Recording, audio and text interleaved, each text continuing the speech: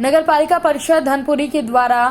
की जा रही खरीदी में लगातार अनियमितताएं और भ्रष्टाचार की शिकायतों में बड़ा खुलासा हुआ है। जांच रिपोर्ट में बताया गया कि नियमानुसार नगर पालिका धनपुरी के द्वारा 1 लाख से कम की राशि सामग्री एक माह में अधिकतम 2 बार क्रय की जा सकती है, लेकिन धनपुरी नगर पालिका के स्टेट बैंक ऑफ इंडिया शाखा धनपुरी के स्टेटमेंट के अवलोकन से स्पष्ट होता है कि मार्च 2021 में 1 लाख से कम के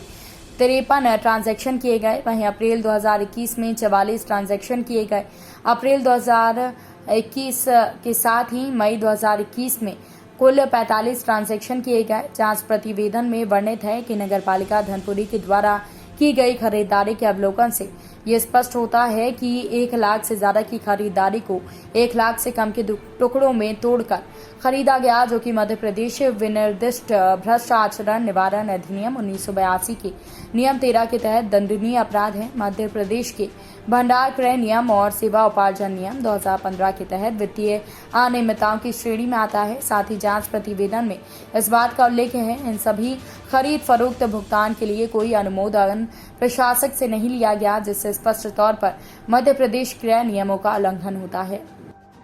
नगर पालिका परिषद धनपुरी में वर्षों से चले आ रहे भ्रष्टाचार और भर्ती प्रक्रिया में अनियमितताओं को लेकर मैंने पहले भी शिकायत की थी और अभी मैंने संभाग आयुक्त महोदय शहडोल को शिकायत की थी।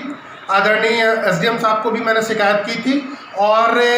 मैंने ये बताया था कि किस प्रकार धनपुरी नगर पालिका में खरीदी में ठेकों में भ्रष्टाचार हो रहा है, किस तरह धनपुरी नगर पालिका में अस्थायी श्रमिकों, मास्टर श्रमिकों, डेली वेजेस श्रमिकों की नियुक्ति प्रक्रिया में अनियमितताएं हो रही हैं। क्षेत्र के जो युवा हैं उनको ताक पर रखते हुए भर्तियों में अनियमितताएं की जा रही हैं। एक बड़ा षड्यंत्र, एक सोची समझी साजिश के तहत धनपुरी नगर पालिका को लूटा जा रहा है और मेरी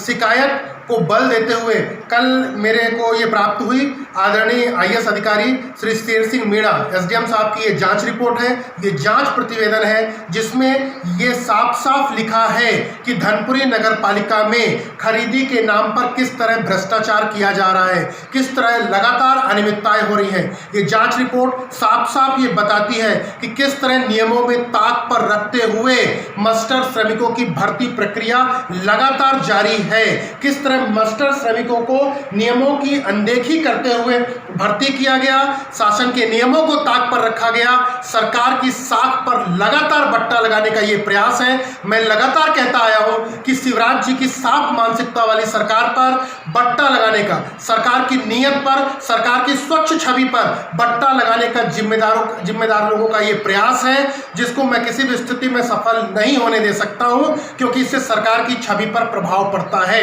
अब चूंकि एसडीएम श्री शेर सिंह मीणा साहब की ये रिपोर्ट आ चुकी है, जिसमें आरोप प्रमाणित हो चुके हैं,